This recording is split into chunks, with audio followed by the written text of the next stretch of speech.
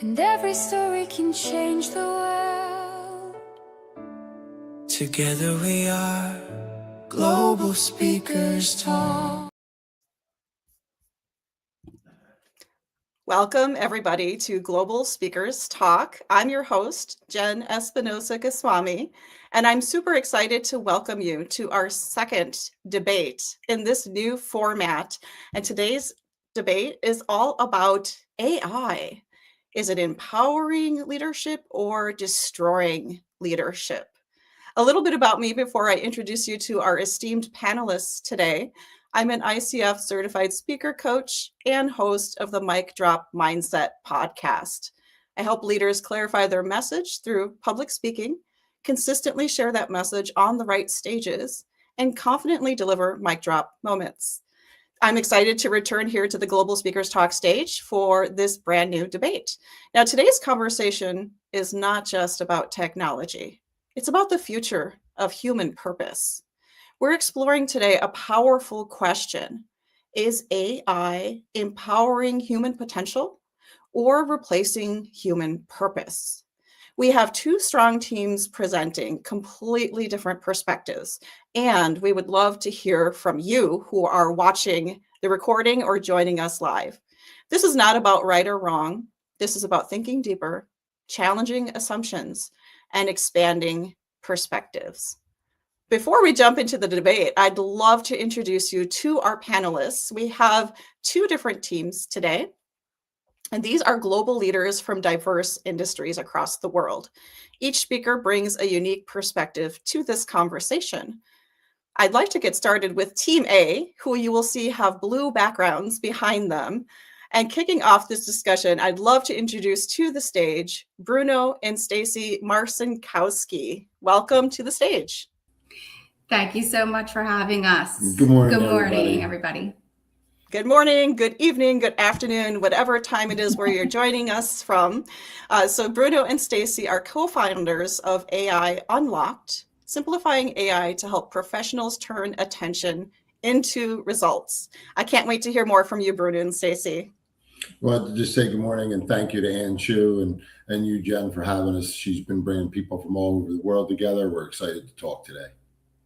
Yeah, and this is Bruno and Stacie's second time in a debate format. So they are experienced veterans of this format. I'm excited to hear your insights today. Next, I'd like to introduce to the stage JB Herrera, business strategist and leadership expert. He's a values-driven entrepreneur and leadership strategist shaping ethical, human-centered AI conversations. Welcome to the stage, JB. Thank you, Jen. I appreciate being here today. It's really going to be an interesting conversation. JB is also one of our veterans, so he has participated in our former debate on social media. So I'm excited to hear your insights on AI, JB. Absolutely. Can't wait to get going. Absolutely. Next on Team A, we have Matthew Fornaro, who is a business law attorney and advisor. Welcome to the stage, Matthew. Good morning, everyone. How you doing? We're ready to kick into this, I believe.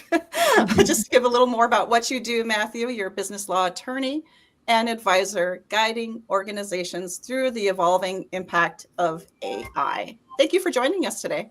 Thank you for having me. I'm glad to be here and looking forward to talking about AI. Mm-hmm. And last but not least on this team, Team A or Alpha, we have Coach MJ Tolan. Welcome to the stage, Coach MJ. Good morning, everyone. Let's go. Bringing the energy today. I love it. Thank you. To give you a little bit more about Coach MJ, he is a TEDx speaker and global thought leader, empowering individuals to build authority and purpose in the AI era. Thank you for being here today. Honored. All right, so that's Team A, the people who are talking about AI empowering human potential. What about our opposing team, Team B? I'd love to introduce to the stage first. Did I miss? Yeah, to the stage we have Chris Salem. Welcome to the stage.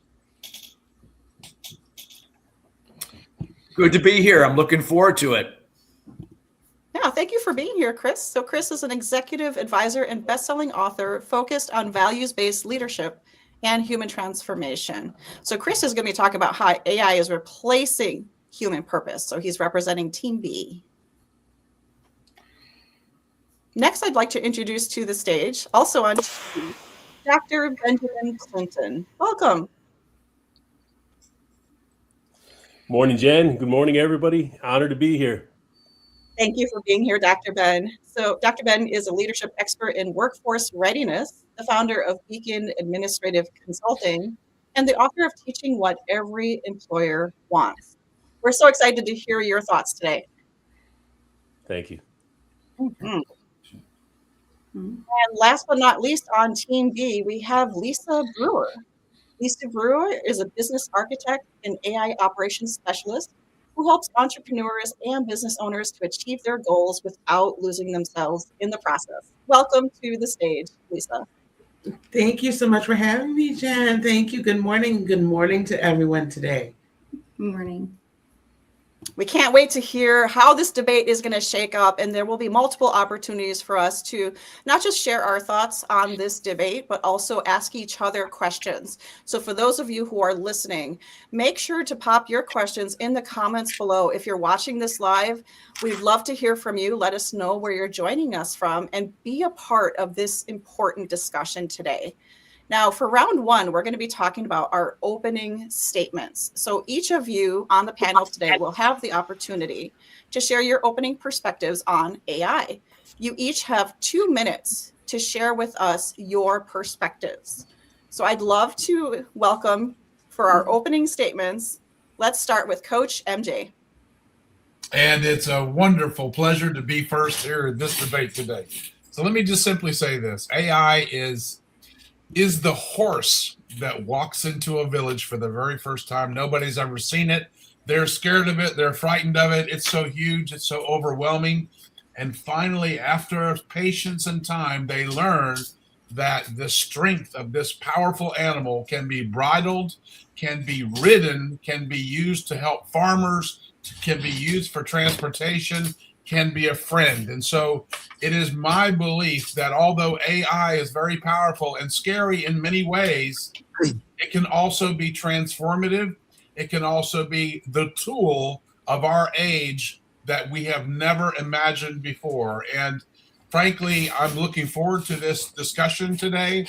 And I'm here to learn and I'm here to listen. And I thank you all for inviting me in today to participate in this great debate and listen and learn more. Thank you. Thank you, Coach MJ, for that opening statement. Next, I'd like to call to the stage JB. Well, first of all, thank you for allowing me to be here today.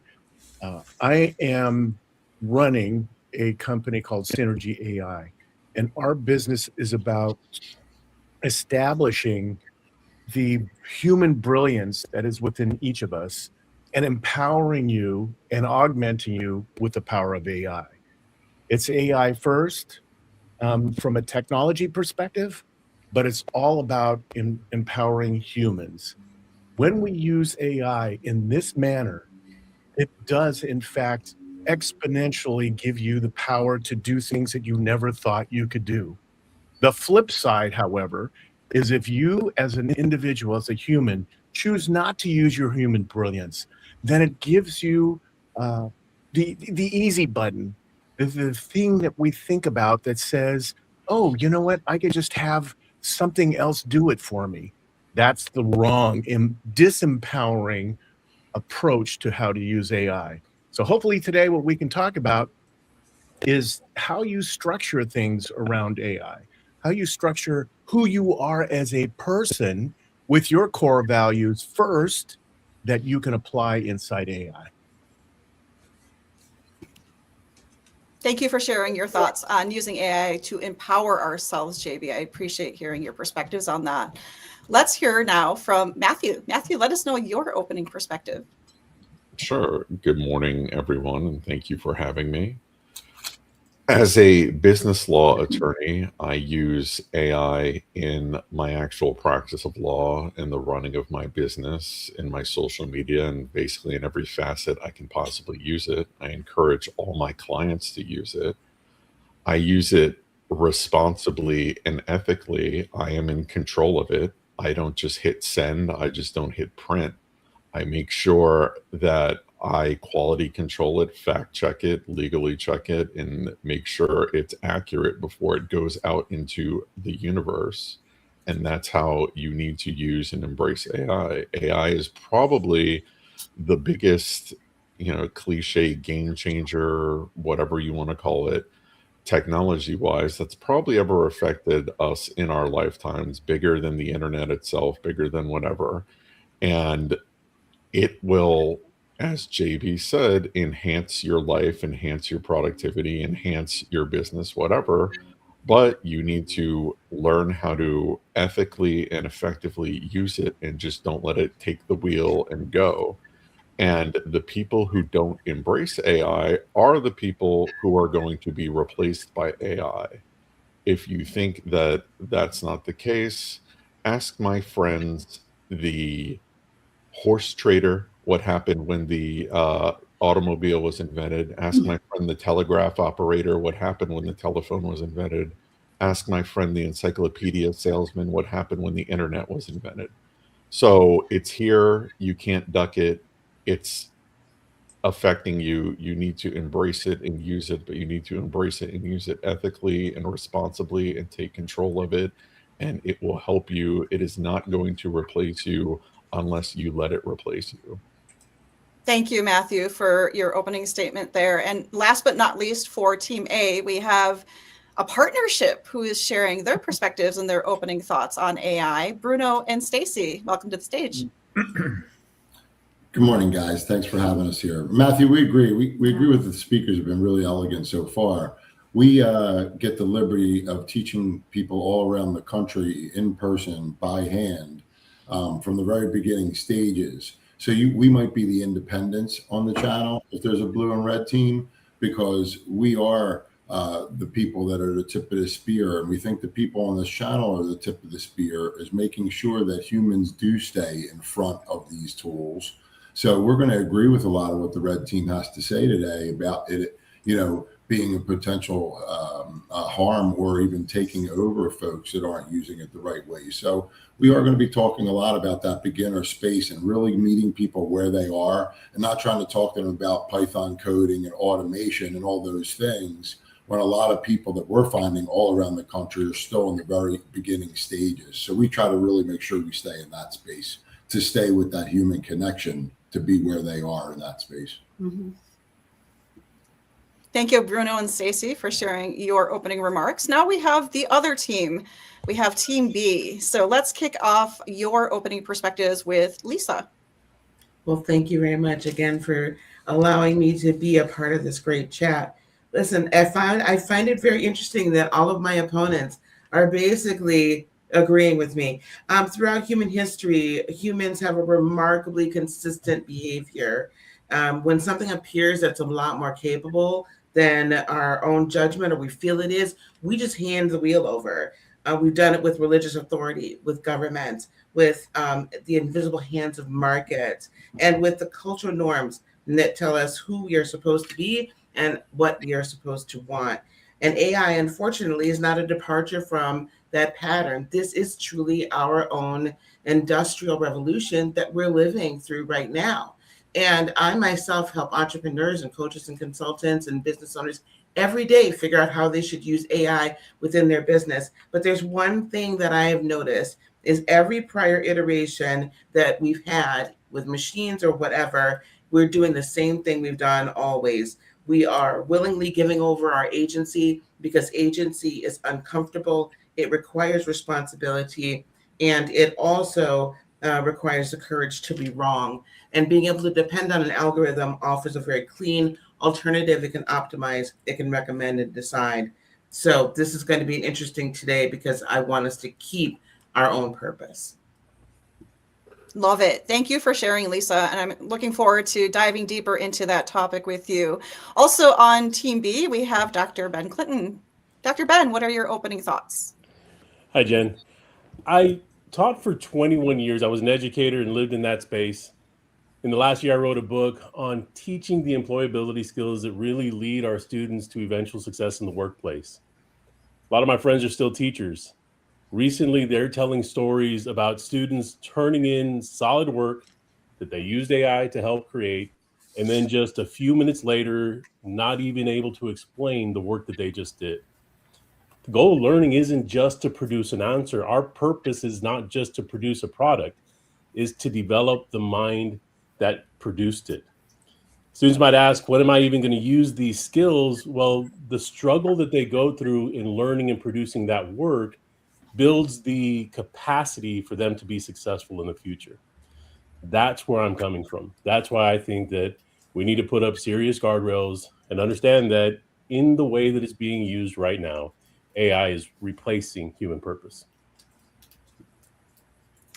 I love the diversity of backgrounds and experiences we're bringing to this room today. We've heard everything from entrepreneurial areas to corporate to education. Certainly there are different applications for how we're using AI and in what ways we're using AI. So this will be a rich and wonderful discussion. So last but not least, for Team B, AI replacing human purpose, we have Chris. Chris, please share your opening statements with us.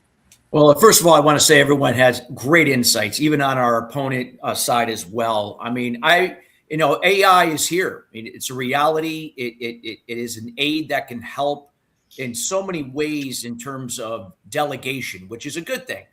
But with that being said, to support my team members, one of the things that we have to be very careful of, especially with the younger generation, human behavior in nature is addictive. We realize our behaviors are more likely to align to addictions to certain things. We know gambling, we know alcohol, we know drugs. It can be anything.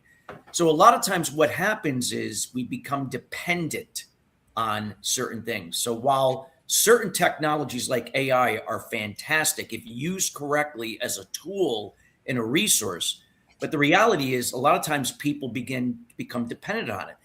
All their emails are generated by AI. Their conversations. I mean, so a lot of times we're not using critical thinking. So there has to be a harmony between purpose, empathy. These are things that only come from within the human being, and then utilizing AI to complement that. But because of human behavior and that prone to being addictive to certain things, we may become addicted to it and become dependent, where it begins to do everything instead of us putting our minds into that and being part of the process. Thank you for sharing those opening thoughts, Chris. And I have a feeling we're going to dive deeper into ethics, guidelines, guardrails, some of the topics and keywords you all were sharing so far. Let's kick off this debate with round two, where we're going to get specific insights on questions that I will be asking you. So I will be starting. Each of you have 1 minute to respond to this question. And I will be starting with Team A, and I'll be randomly selecting several of you from each team. So prepare yourselves, because I will be asking the hard questions today. And for those of you who are listening, I would love to hear your thoughts on these questions we're asking as well, because this is a community-based effort. It affects all of us, and we want to hear from you. So starting off, we're going to start with the question of, how is AI unlocking human potential in ways we couldn't imagine before? Who from Team A? Let's see who would like to respond to that question. I will let you take the floor if you feel the passion to answer this question. How is AI unlocking human potential in ways we couldn't imagine before? Who would like to start with responses? Happy to do it. You take the floor. Thank you, Jen. AI is providing a mechanism for research and a methodology for doing things that would normally have taken us hundreds, if not thousands of hours, and compressing it into tens of hours. There are cancer treatments that are now available. There's a treatment for dementia that is now being tested. There are FDA approved trials for drugs and other treatments that would never have occurred but for the application of AI. So from that perspective, on the health side, AI is a tool that enables us and empowers us. And in taking it outside of the healthcare side, then you can actually start to see how you can apply it in a business fashion. In the business world, you can actually take the knowledge and experience of all the great leaders in our past from both a philosophical perspective as well as a business perspective and apply it in your situation if you're willing to take the time to apply it that way. When you do, all of a sudden you're augmented beyond where you thought you could be. Thank you for sharing, JB, in particular, how that relates to the healthcare industry and how we can translate that into other industries as well. I appreciate your thoughts on that. Who else would like to address the question, which is also in the comments below? How is AI unlocking human potential in ways we couldn't imagine before? Team A, who would like to step up and respond? 1 minute. So I agree with JB. I mean, I think this can be used very effectively and ethically and responsibly across any industry that you're in. It doesn't matter what it is. And as for some of the guardrails and things like that for kids, yes, absolutely. You know, you have to supervise these things and make sure that if they are going to be utilizing it, which they probably will be in schools, just like when the internet came out and people were working on the internet, you had to supervise that too.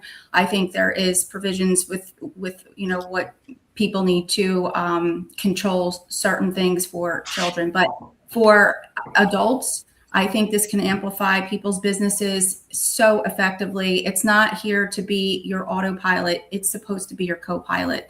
And if you're utilizing those tools in that fashion to empower and embrace it, I think it has a lot of huge potential for a lot of great things in the future to come. Yeah, and just to continue that, from what JB said with deep research, medical things like that, and then what my wife just said, if you're getting back 5, 10, 15, even 20 hours a week due to some of the more tedious tasks being done, then it's up to the user to spend that time with their family or be more in front of their clients. So when you're getting those extra time back, it's what you're doing with it. If you're spending more time going down more rabbit holes on technology, then it is taking control of the purpose. But the purpose is to get those extra time. So my wife and I can be down here on a short vacation where we weren't maybe able to do that in between our busy work schedules if it wasn't for some of the basic tedious automations and things. Thank you very much, guys.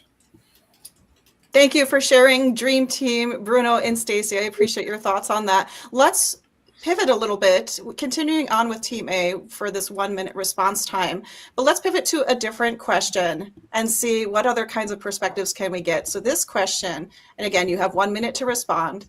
Can AI actually enhance creativity and leadership rather than replace it?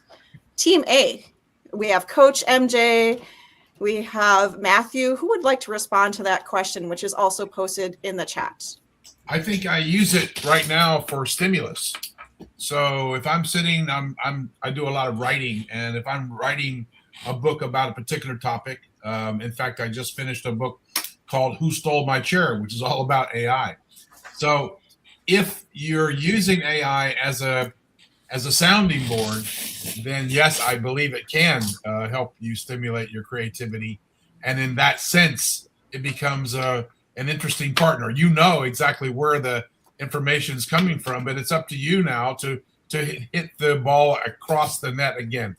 And by playing ping pong with AI, I believe you can up your game, because it will stretch you, it will make you sharper, and it will give you a stimulus that you might not have had all alone. And so for those reasons, I believe, yes, it can be a nice creative partner to experiment with and to use. Thank you, Coach MJ, for your insights on that. Now, there's one person on Team A we haven't heard from yet. So we have Matthew. Which question would you like to respond to? You have an option for question 1 or question 2. I'll answer question 2, and I can tell you specifically from a legal perspective, being an attorney and being someone who advises small businesses, entrepreneurs, and startups, that the AI can help give you an alternative perspective and a adversarial perspective, if you want, using specific legal AI, not just large language model open AI, but specific legal models. I can use it to help me analyze a legal situation or a situation with one of my clients where I want to know what the potential adverse consequences for actions are, or the alternative arguments are, or what the other side is allegedly thinking, or what strategy they can use. So it helps collaborate. It helps give new ideas that I wouldn't have personally thought of, no matter how much human effort I put into things or whatever, because it thinks outside the box. It thinks as a true adversary if necessary. It thinks as a true collaborator if necessary. And then, as I said, if I'm using it in a specific model as opposed to an open universe large language model, it will restrict where it draws upon information from, so that I know that the information, obviously, again, I have to put up the guardrails to make sure I check and verify everything, but based on it being specific, to be more accurate and helpful. Thank you, Matthew, for sharing your thoughts on that. Now, we've heard a lot from Team A today, and we are not going to leave Team B in the dust. We're going to hear definitely from Team B as well. But I'll bring your attention, listeners, and thank you for those who are giving us a like on Facebook, who are viewing this debate live with us. We appreciate you. Feel free to weigh in on either of those two questions that I posted in the comments below this video. If you're watching the replay, you can comment at any point and share this debate with people in your network as well. But I'd love to bring your attention to the poll that's up right now. And please respond to the polls as you see them so that we can get your feedback on these ideas as well. But let's shift over to Team B and ask them to respond 1 minute each in this insight round. So the first question I'm going to ask is, where do you see AI slowly replacing human purpose? So this question is for Team B. Where do you see AI slowly replacing human purpose? Who from Team B would like to step up and respond to this prompt? I will if I can. The question for me really isn't whether or not it's replacing purpose. It's more of whether or not we're handing over how we execute, how we implement, how we express our purpose in real life. For me, and I deal with dozens and dozens at one time of entrepreneurs, and one of the main goals, right, that we use it for is to gain visibility and to be seen, and for our businesses and our practices to be known, and so that people know that we are helping them with their 3 a.m. problem. And it's great because in minutes, just like JB said and the others have said, hey, I can create like 2 months worth of content in about 10 seconds. I'm being a little hyperbolic, but it's pretty close. So we create that, and then we say, okay, this is great. These are alternative ideas. I never thought about this, whatnot. But do you know what happens then? What happens, it becomes the AI voice. When we first started, when this all came on the scene, and there were a number of people, a number of my colleagues that were helping people create all kinds of programs, coaching programs and educational programs and online programs. And you know what would happen is it would be transformation by ChatGPT and not transformation by who we are inside and what our unique position is. So we're replacing purpose simply by just giving agency over and saying, I'm just going to regurgitate what AI gives me, and I'm not going to go in and edit it and add my own into it. Thank you for sharing your thoughts on that, Lisa. And I've heard the phrase AI slop more times than I can count. Certainly, there are plenty of opportunities to view AI slop on the online space if you spend time on social media. We're on social media right now, and this is not AI delivered content today. These are live people who are offering live perspectives. So we also love to hear your perspective as well. Let us know in the comments what you think about this question. Team B, Chris or Dr. Ben, would you like to respond to this question or move on to the next question? Jen, if I can, I'd like to respond. You have the floor. Yeah. I just wanted to continue with what I brought up earlier, that this really shows its head in the learning of math instruction. The research supports it. There was a 2025 Stanford study that showed that students using AI get to the answer faster. They do better in their practice. But when it came time for the real exam, those students performed 17 points worse than the students who never had that GPT model. I also found it in my book. I talked to the IT director of an internet service provider. When I asked him what he would give as far as advice to young people, he said, take calculus. Not because in IT, in the internet service provider, they were ever going to have to calculate the area under the curve, but because calculus built the critical thinking skills, which are the same skills that you're not developing when you're using AI to replace that hard work. And so my point is this: when we have students that are using this, it is not developing the skills that they need to be successful, and that we continue to see that use in the workforce. Microsoft did a study that continued to support AI shows a lot of confidence in your answer, but does not develop or lead to retention of those critical thinking skills that are important. Thank you for sharing, Dr. Ben. Now you notice we only have 3 folks on Team B. Yeah. It sounds like Chris has some thoughts on this question as well. Go ahead, Well, Chris. what I was going to say, everybody's made great points. Is I always look at AI as a great resource and a tool. It cannot replace everything. And when it comes to purpose is energy. It's something that comes from within. Now, something artificial itself can't possibly emulate that purpose in someone. Now, sometimes people are blind to their own purpose, or they don't allow that purpose to materialize, but it is in there, and purpose is energy.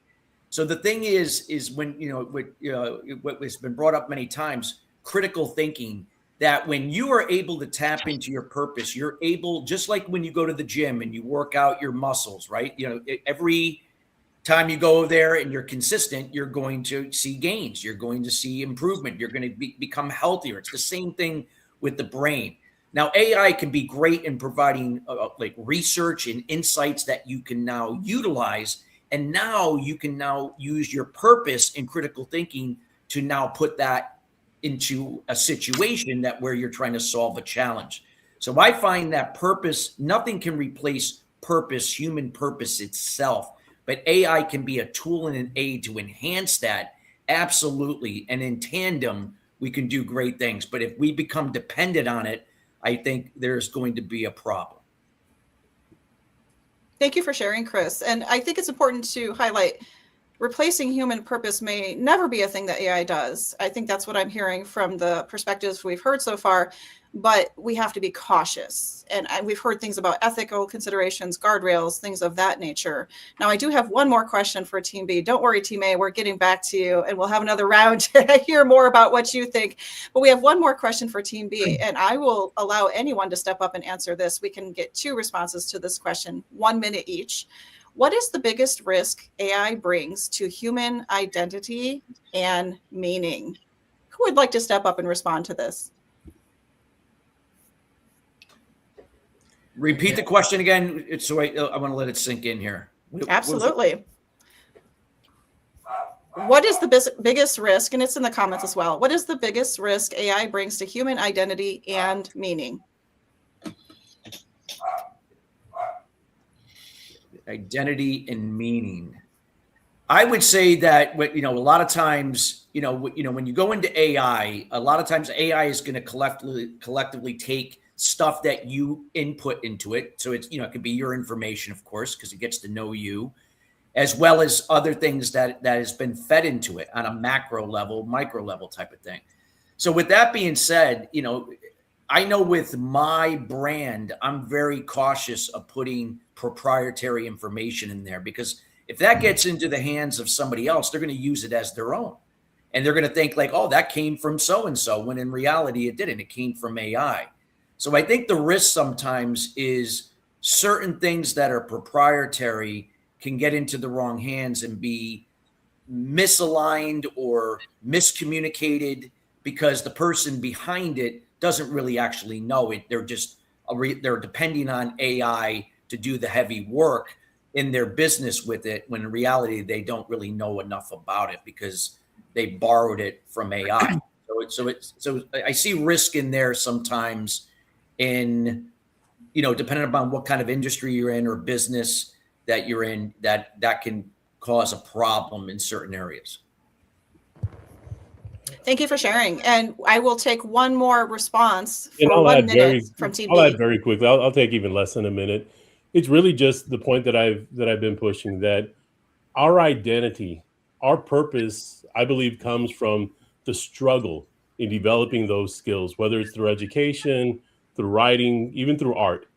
It's the development of identity through struggling to work through our thoughts, to work through the skill development that gives us purpose. And taking the shortcut of AI that very quickly can go through what would have taken us time to process replaces that and takes away from our purpose. Well said. And you're right, Dr. Ben, you took way less than 1 minute. So I appreciate your brevity and your succinctness with discussing what that means for you. Now, Team A, you've been listening very patiently, and now is your turn to jump into round 3, which is all about cross perspectives. So this is one of the most powerful parts of this debate, and I'm excited to hear what you all come up with. So in this round, you each have the opportunity to challenge the other side directly. So not just Team A, you can challenge Team B, but Team B can also go back and challenge Team A. So you're not just answering questions, you're asking the other team the questions you have. So I hope you've been paying attention and taking notes here. In this round, I'm going to ask each speaker to ask one question to the opposite team. If you have a specific person you want to ask the question to, you can certainly call that person out. If you heard something they shared and you want to dive deeper into that, now is your opportunity to do that. So the person who is selected to respond to the question, you have 30 to 45 seconds to respond to that question. It's not easy to give a brief, succinct response to questions like this. So here's what we're going to do with this. Team A, who would like to ask the first question of Team B? I'll go. Coach MJ. Yeah, and my question will go to Chris Salem. And the question really is, it's something that I have considered and written about, and through the whole gamut of embracing AI, one of the pushbacks I was getting from organizations was, oh, but it's taking our jobs, and oh, it's making decisions, and oh, this and oh, that. And I just don't believe that AI could ever replace the emotional intelligence of the human heart to be able to have the empathy that will really drive people and motivate people and stimulate people within organizations and themselves, and have that personal human connection. And so for those reasons, I don't believe that AI has a chance. Although it could imitate empathy, it's certainly not going to have the emotional intelligence that we as humans do. And I put that to one of my dearest friends and emotional intelligence experts, Chris Salem. So I can't wait to hear his response. MJ, thank you so much. And that was a great, great question. You know, you're so right, because when you look at, you know, emotional intelligence, that is something that, you know, comes from within. It's how we communicate to ourselves and others. It's how our behavior is in alignment with our communication, assertively versus passive aggressive. Our attitude, it's happening for you, not to you. How we respond versus react to people in situations beyond our control, and the action. AI can do certain things to that area, but it's a great tool because, you know, let's say if I'm communicating to a person that has a different personality than mine.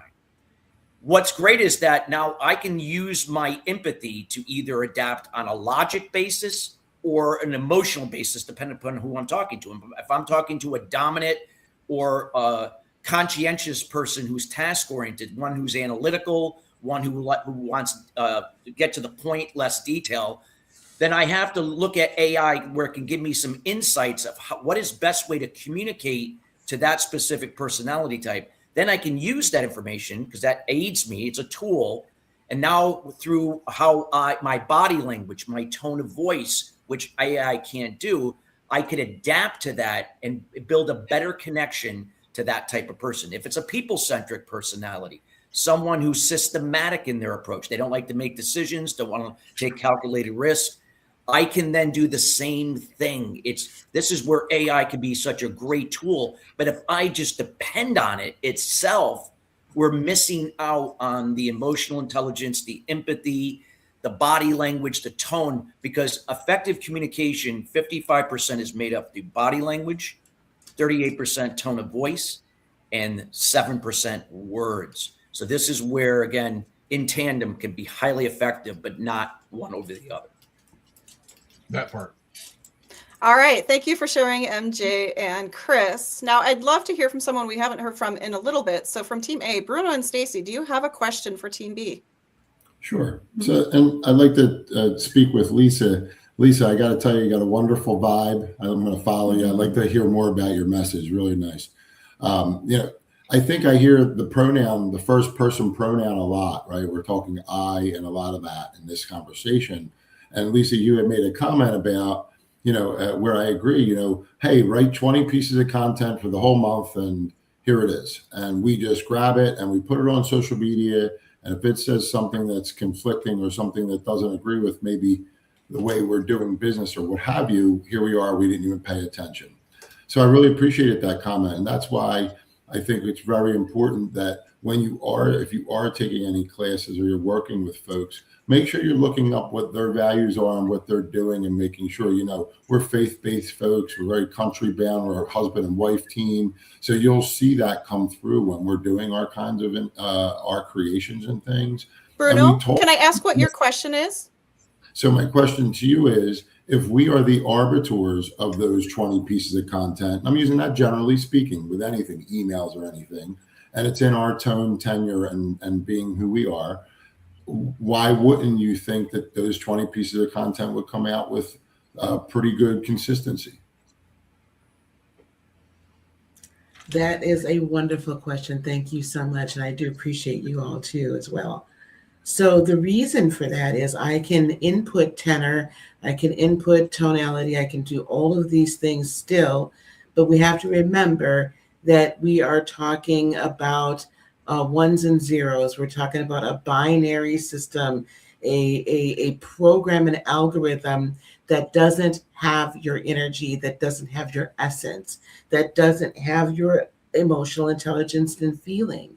And because of that, you can do it to the best of your ability, right? You can do it the most, but it will never truly have your energy until you put your energy into it. If we do understand that we're energetic beings, spiritual beings having a human experience, and that our words create, if you never put your energy in there and change any of the words or the punctuations or get rid of those dreaded M dashes, please, people, get rid of those M dashes. If you never do that, you'll never truly have content that reflects you. Very nice. Very nice. Thank you for sharing. And I love the question, Bruno. I love how intentional you were about that question and taking it from the singular to more of a group or community. And I appreciate the prompt as we're, getting comfortable being uncomfortable here, doing new things. Thank you. That was really great. Thank you. We appreciate that. Of course. So let's switch it up a little bit. Team B, we haven't heard yet from Dr. Ben. Do you have a question for Team A? We have people who haven't responded, which would be JB or Matthew. Yeah, I'd love to just pitch it to either one of those. And it's a pretty simple question. Do you believe that human potential is really empowered if a person is producing better work when they use AI, but when they stop using that AI, they're actually less capable without it, less capable than they would have been had they ever used AI? So I'd like to respond to that. So go ahead, JB. It's a really interesting question, and it's about use. The presumption, I think, or the assumption behind the question is that a person is going to use AI in a singular way to do it for them, right? The examples that you talked about from education, where a student can do something really, really fast, but later doesn't remember what they did because they had AI doing it. That's not how you should be using AI in the first place, right?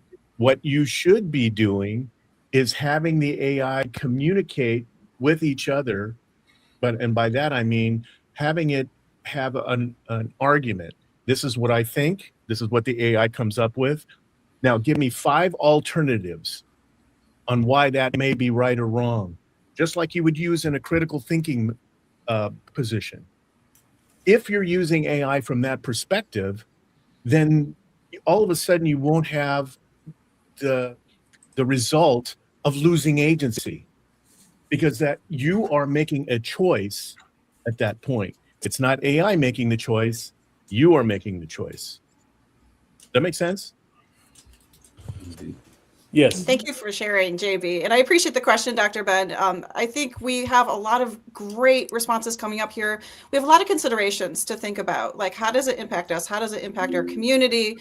What do we want to be known for? What are our values? So thank you so much for that particular round in our cross perspectives. Now we're going to shift to the next round. I know this is going very quickly, so thank you for moving ahead with us.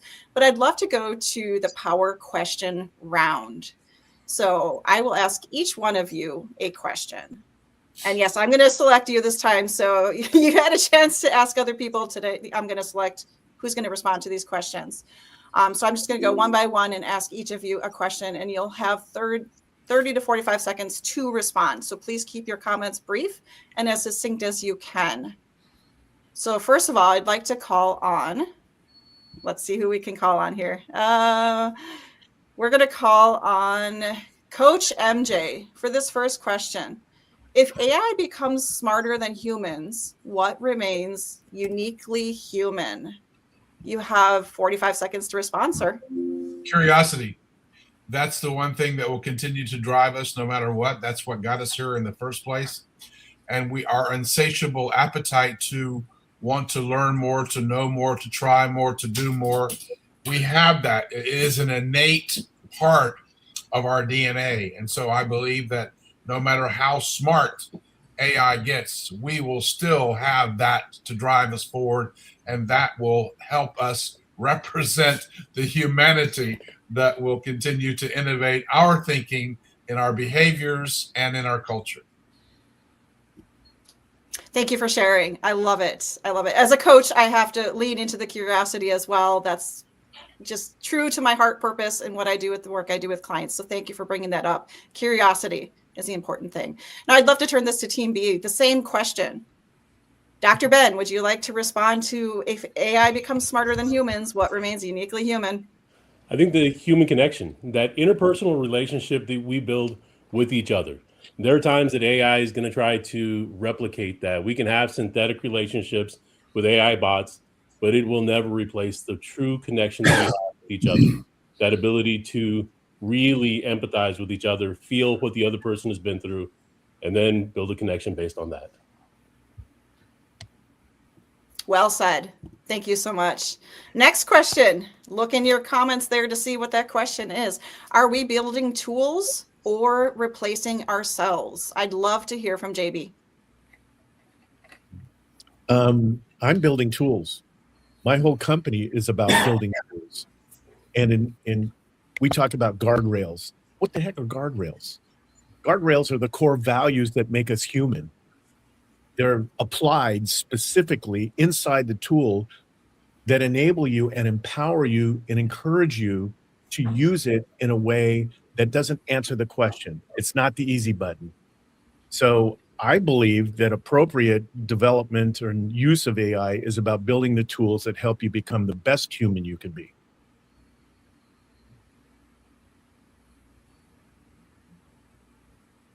The best tool you can be. Thank you, JB. Can I have one more person respond to, are we building tools or replacing ourselves? Can I hear from Lisa? Yeah, I hope my connection is still good. I believe that if we are not building these tools to be truly useful and tools in and of itself, in other words, if we just put too much emphasis in what AI spits back out to us, then we are in effect replacing ourselves because we're giving away our agency. We are giving away our autonomy. We are giving away our power and saying the AI, because it knows better and knows more, is more equipped to create the tool than we are. Thank you for sharing, Lisa. And your audio sounds very good. So we still have you. Glad you're still part of this conversation. The next question I would like to bring to Bruno and Stacie.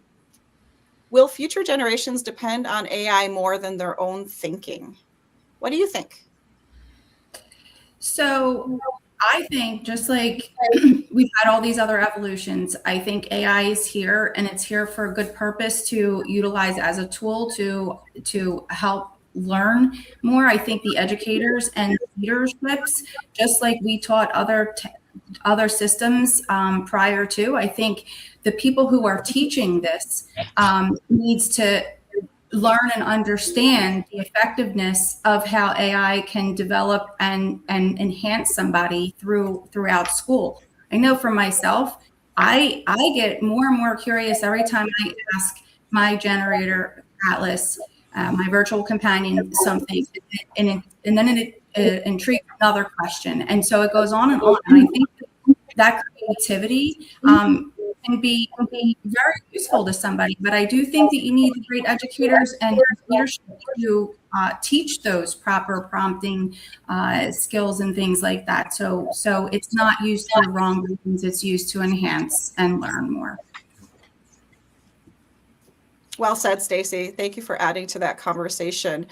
Chris, you have the opportunity to respond to this, or if you pass, I have another question for you. No, I mean, I'd be happy to answer this question. I mean, generations are just a product of the times. Think about, I'm a Gen X. I'm an older Gen X. I'm a product of my generation. We all are. We are what we know. With that being said, the future generations are going to be a product of the technology that is there. Now, while there could be some great things that the technology is going to allow the future generations to do, and absolutely will do so, there also you got to be conscious that a lot of times people can become dependent. Like how many young people now read nowadays? How many people actually write anything anymore? They don't. I'm not saying they don't. They do, but a lot of them don't. So with that being said, we got to be very cautious that we are utilizing AI as a tool and a resource to enhance that will help us to become better critical thinkers, using it as a tool to allow us to do that and not become dependent. So my hope is that the younger generation can recognize that, and that would be up to the families where they're being raised, that the parents should be responsible to encourage that. Public school systems playing a role in that as well, to encourage that they use it as a tool, not relying upon it, so that they can, utilize their own purpose, own judgments to accomplish what they're looking to do. Thank you for sharing, Chris. I do have one more question before I jump into that. Who else in here is Team Gen X? I know I am. Raise your hand if you're Team Gen X. I feel like we have a lot of Gen Xers represented here. Now, if you're listening to this and you're of a different generation than Gen X, you are absolutely welcome to add your thoughts to this conversation, because we want the diversity and broader perspective as well. So let us know if you don't resonate with that, if perhaps you have a different perspective coming from a different generation where maybe you grew up with AI and AI has always been present for your life. For Gen X, it hasn't always been present for our entire lives. So that could also influence how we're approaching this. I do have one more question before we go into closing perspectives on finalizing this debate here. I have appreciated each and every one of your perspectives. So thank you for participating and being a part of this. I'll drop the final question here in the comments here, and I will ask one person to respond to this question. So the final question for this power question round is convenience silently killing human capability? Who would like to step up and respond?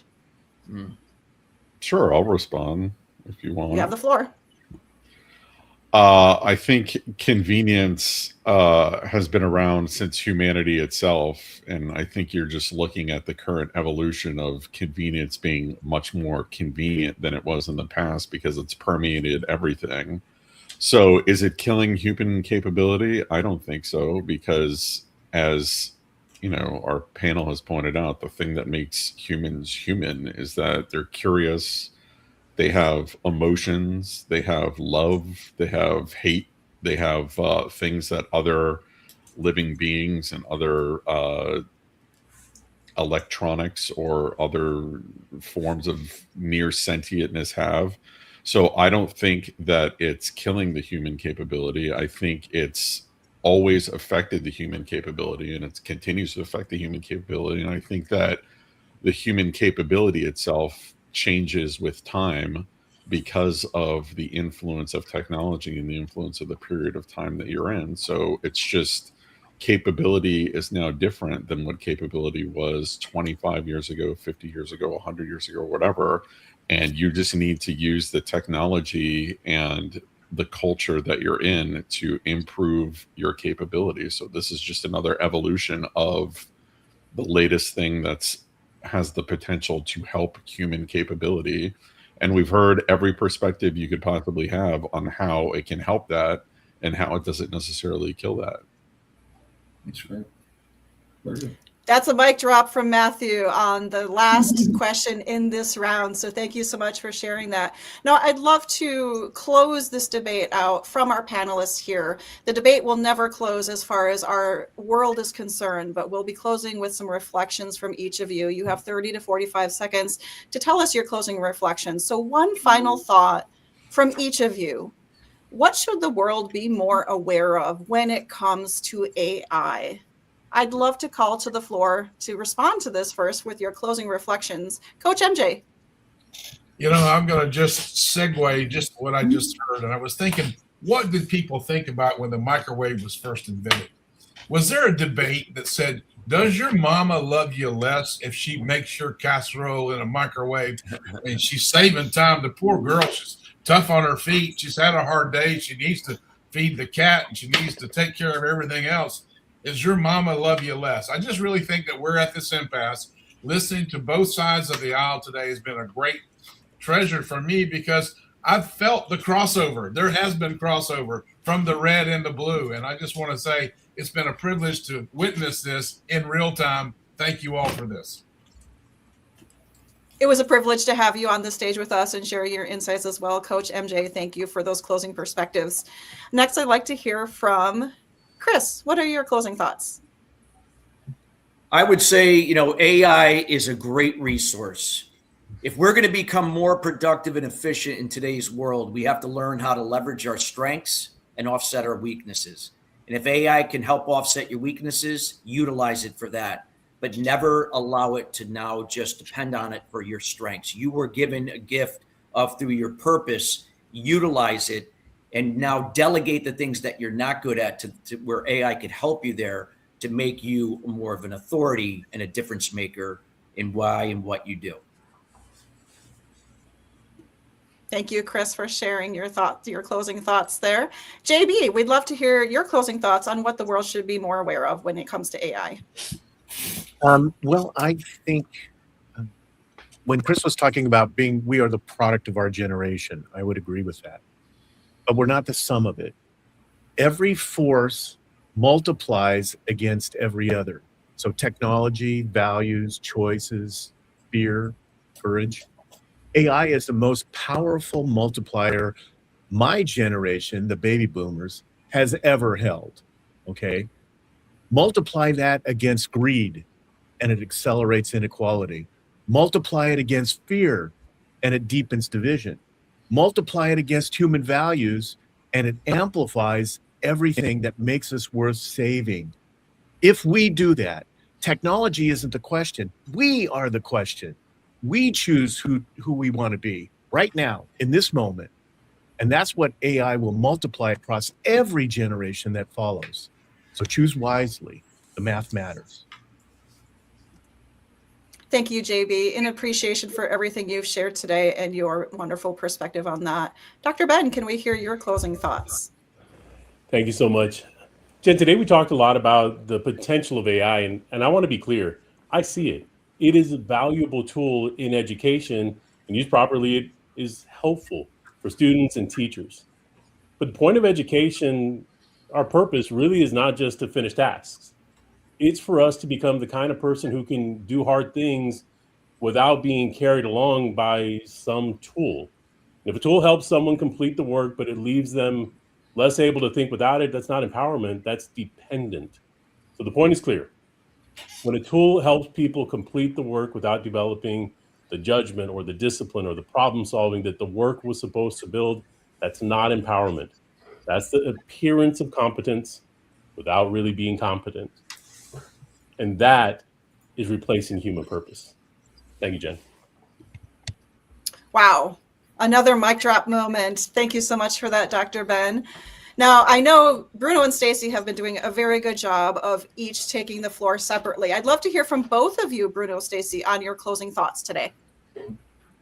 So yeah, Dr. John makes really, really good points. It's hard to argue against a lot of what Dr. John says on the other side there. So kudos, Dr. John. What I will say that my wife and I really strive hard to do is we try to meet people in their exact space. Our oldest participant's 84, our youngest is 11.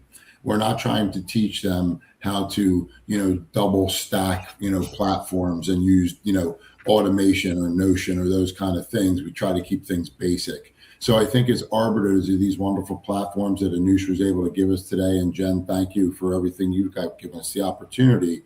It's our job as people that have platforms to not rush the process, take your time and be where they are. Don't worry about what the coach or the implementation expert may be. Try to be where the area is, or where the student or pupil is that's trying to learn. And for me, I just think that we're in a space right now that's still very brand new to people, and that's why we entered into the AI implementation world, just to help take that fear out for people who are skeptical. People are at all different stages of their lives, and we do know that it's here, and you can't replace the human touch, and it's not here to do that. We just do feel that the tools that have been given to us can just amplify what you can produce and the time that you can save for spending time with families and so on and so forth. So for that, I do feel that it is a really, really great tool if used effectively. And we are here at the forefront to try to help folks lean into it and do it the right way and very authentically, not in a fake manner. Yeah, very nice, Pete. Thank you, Bruno and Stacie, for joining us for the second GST debate that you've participated in. We appreciate you being here and sharing the floor with us. I'll call on Matthew and then Lisa for your closing thoughts before sharing some of my closing thoughts with you. But before that, I just want to give a shout out to those of you who've been following this debate online. Heart of Inspiration for commenting and engaging with us. Please click share. We see the hearts and the likes. We appreciate you for participating. Continue the conversation because we'd love to continue this beyond today's event. Matthew, do you have closing thoughts? Sure. So we heard diverse opinions and thoughts from 6 different groups of people talking about all different issues. What you didn't hear was anyone say, run for the hills, go into the bunker and hide from the AI.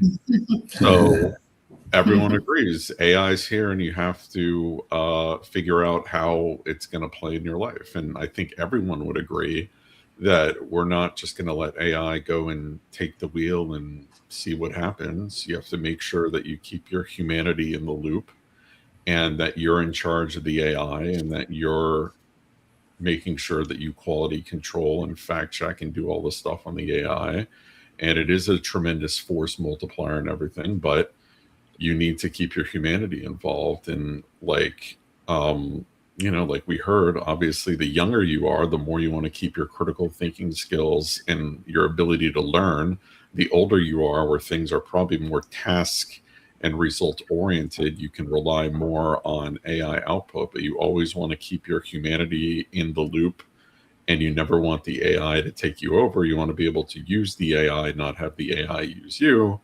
And, I'll leave with the quote from Adam Christopher that you are the master of every situation and the AI is not your master. Thank you for sharing that quote, Matthew. It certainly has made me think a little bit differently. Lisa, can you bring us home with your closing perspective? Thank you so much. I'm so honored to be here with everyone. Listen, everybody, I build with AI and I have truly seen what it can do in the hands of someone who is fully present in their own purpose. I've been able to do things for my clients and research and all sorts of things in the matter of hours that used to take me weeks or sometimes months. That version is very real and it is truly very powerful. I've also, though, watched what happens when people hand over their judgment, when they hand over their creative instinct, their sense of direction to a system that does not know them, their struggles, what they've overcome, and what their future wants to be and what it looks like. They don't use something that's not being built for them specifically, and that version is also real. And it looks like a lot like every other time over history where human beings found something that they felt like certainty, and they stopped depending upon themselves and asking the tough questions. So technology is not the problem. Abdication of agency is, but we get to choose differently, and we only get to choose if we stay awake. So let's stay awake. Well, I'm definitely staying awake for all of these perspectives here. I'd love to give a big round of appreciation and applause for everyone who joined us for today's debate. Give yourself some applause, cheer each other on. Feel free to connect beyond this. But I'd love to close with a few thoughts. And for those of you who've stayed with us from beginning to end, thank you for being here. Give yourself some applause. We appreciate you being here. When it comes to AI, the conversation doesn't end here. AI is not just technology. It's shaping how we think, work, and most especially live. The question is not just what AI can do, but what we choose to become. I'll leave you with this parting thought. The future won't belong to the people who describe it best. It will belong to the people who build it first. What are you choosing to build? Keep the conversation going on social media. Share this video with those who would love to participate. Thank you again to our incredible speakers. My name is Jen. You can find me online at Jen Spingo everywhere. Now it's your turn. I'd love to turn it to you and let us know in the comments. Reach out to any of the panelists today. Who do you think made the strongest case? Vote, share, and most importantly, let's keep this conversation going. Thank you for joining us today. Thank you. Thank you. Thank you. Together we are Global Speakers Talk.